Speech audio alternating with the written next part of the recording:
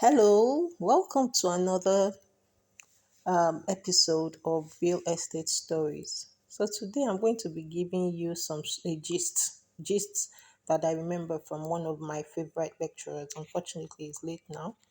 According to him, this high-flying lady that worked in a multinational got married to this young man that was a civil servant. So the ladies' organization gave her a well-furnished apartment on the island that was close to her office. The man got a manageable apartment on the mainland from his own company. Unfortunately, both of them could not reach a compromise on how where they would live on their living arrangements. So eventually they went their separate ways. The children chose to follow their mom to their well furnished apartment or to her well furnished apartment. So back in the day, I felt like the woman could have monetized the opportunity and moved to the apartment that was given to the man, which was on the mainland. But as I grew older and I saw what Lagos traffic was saying, I had a bit of a change of mind, I would say. So, in my opinion, I think this is what I think anyway, but I really love to hear from you. I think both of them could have actually monetized their housing and they found a place in the central place, like maybe Gbagada or Yaba, and they would have continued living happily ever after, uh, assuming they didn't have any underlying issues. But it brings up this concern that quite a number of that comes up. Maybe when the woman happens to have more money for some reason, she's done business, she has money, and the husband, she's earning more somehow than the man is earning. So what had even reminded me of the story was that I had seen a post where someone had asked that, "Men, can you move into the your wife's house?"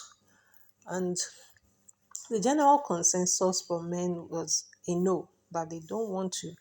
And I kind of understand where they're coming from because if you look at quite a number of stories that have come out recently, it's like, oh, I fed in my house thing.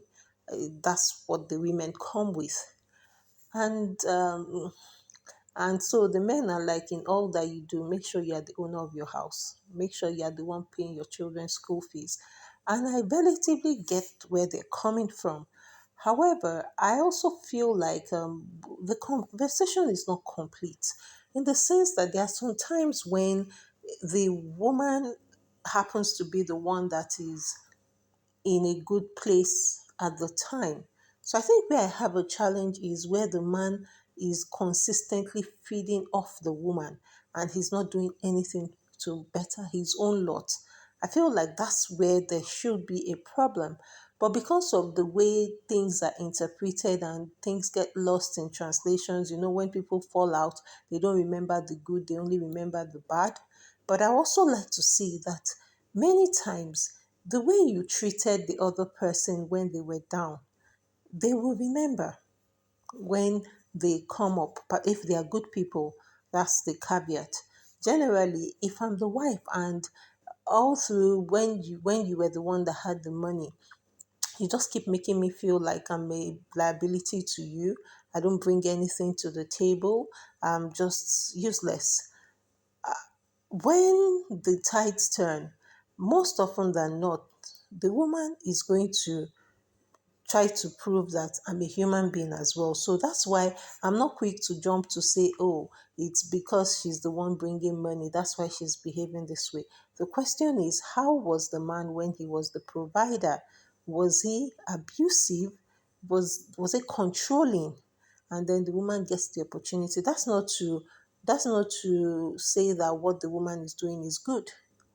So back to the people in our story, I really do believe that they shouldn't have the fact that they had apartments in different places should have brought them to a point where they were not they had to separate. I believe that there were underlying issues. I would love to hear your thoughts. What do you think? And I also like to hear your thoughts on should men move into their wives' houses? If yes, why? If no, why? Let's have a conversation around it. And thank you for tuning into another episode of Real Estate Stories. by Real Estate CC. My name is Adenike Adebola, and you can reach me. You see, the contact details are on the thumbnail in this message. Thank you very much.